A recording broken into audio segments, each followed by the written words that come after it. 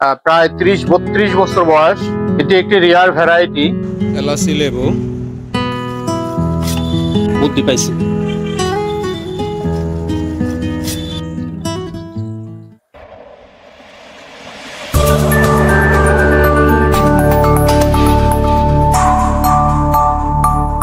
এটি একটি এলাচি লেবু, গাছটি খুব অবহেলায় আছে।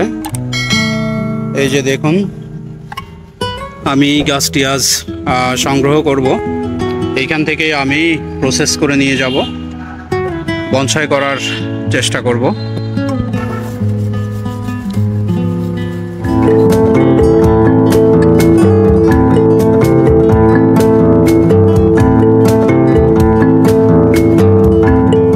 তোর থেকে বেশি বয়স হইতে পারে, কিন্তু তোর থেকে বেশি বয়সে আরো অনেক ডেভেলপ হইতো। তুই গাছটা যত্ন না করার কারণে এই অবস্থায় পড়ে আছে। হ্যাঁ, এরকম চিন্তা ছিলাম ছোটবেলা থেকে দেখি এই কথাই।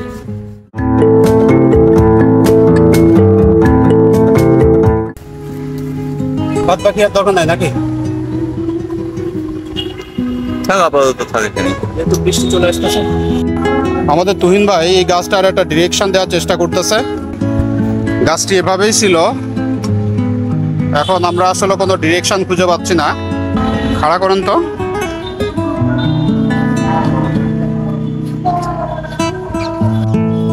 এইটা খাড়া, আসলে খাড়াভাবে তো আমি কোনো ডিরেকশন খুঁজে পাচ্ছি না। পাচ্ছেন আপনি? আমরা এইভাবে চিন্তা করছিলাম, আসলে এইভাবে আসে না। তো আমরা এই ব্রাঞ্চটার উপরে কাজ করব। এগুলো আমরা আগে ফেলে দিই। এখন আমরা এখান থেকে কেটে দিব।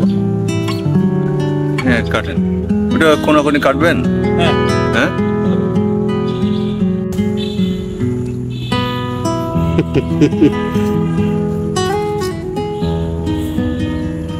ভাই বুদ্ধি পাইছি, গাছটা আগান।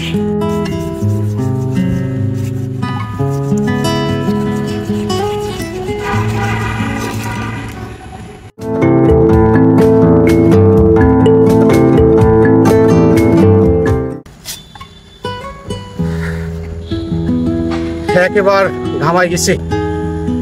এই যে দেখুন, মাশাআল্লাহ কাটাটা সুন্দর হয়েছে, কোনো ই হয় নাই। এখন এই দুটি ব্রাঞ্চ নিয়ে আমার কাজ হবে।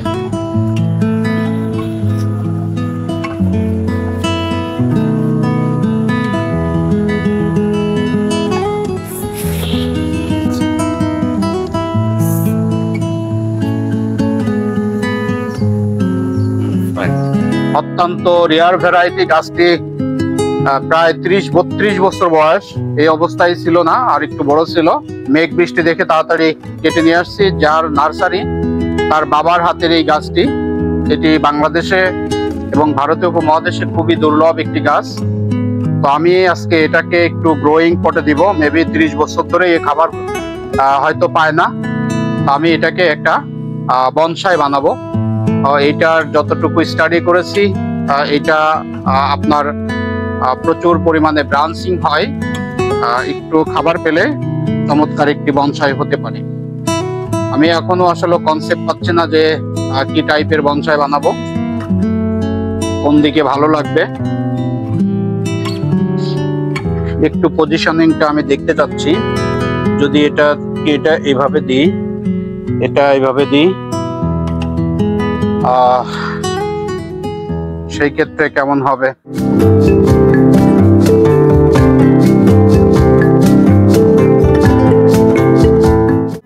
এভাবে ভালো লাগতেছে না, আগের সিস্টেম ভালো লাগতেছে। এভাবে দেখুন, অসাধারণ সারফেস রুট আছে। আসলে গাছটি ঠিক এভাবে দাঁড়িয়েছিল, আর আমি এভাবে রেখেই কাজ শুরু করব। এখানে আমি এটাকে এভাবে বাঁকাই দিব, দিয়ে এটা নিয়ে হেড নিয়ে কাজ করব। এটা ব্যাকে, আর এটা আমার ফার্স্ট ব্রাঞ্চ। বাট এভাবে আমি গাছটাকে বসাবো।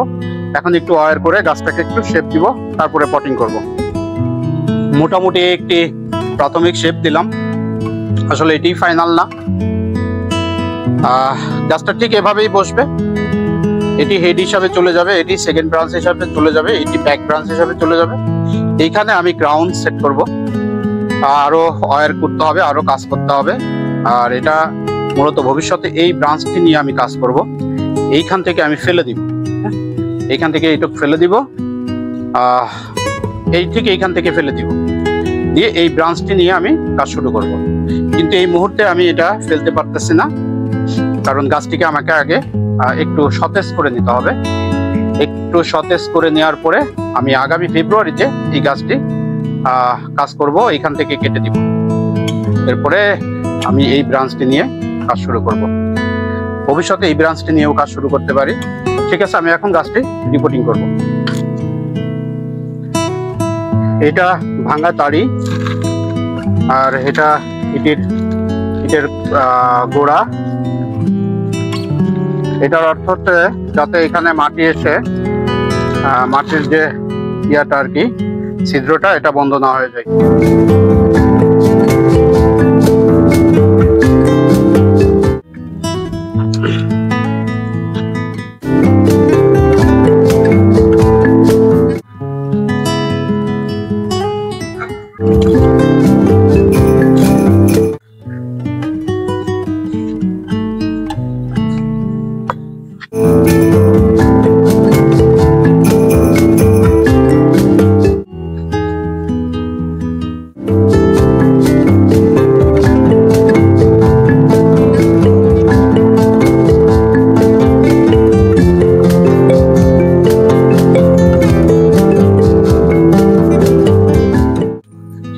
মোটামুটি আমার রিপোর্টিং শেষ।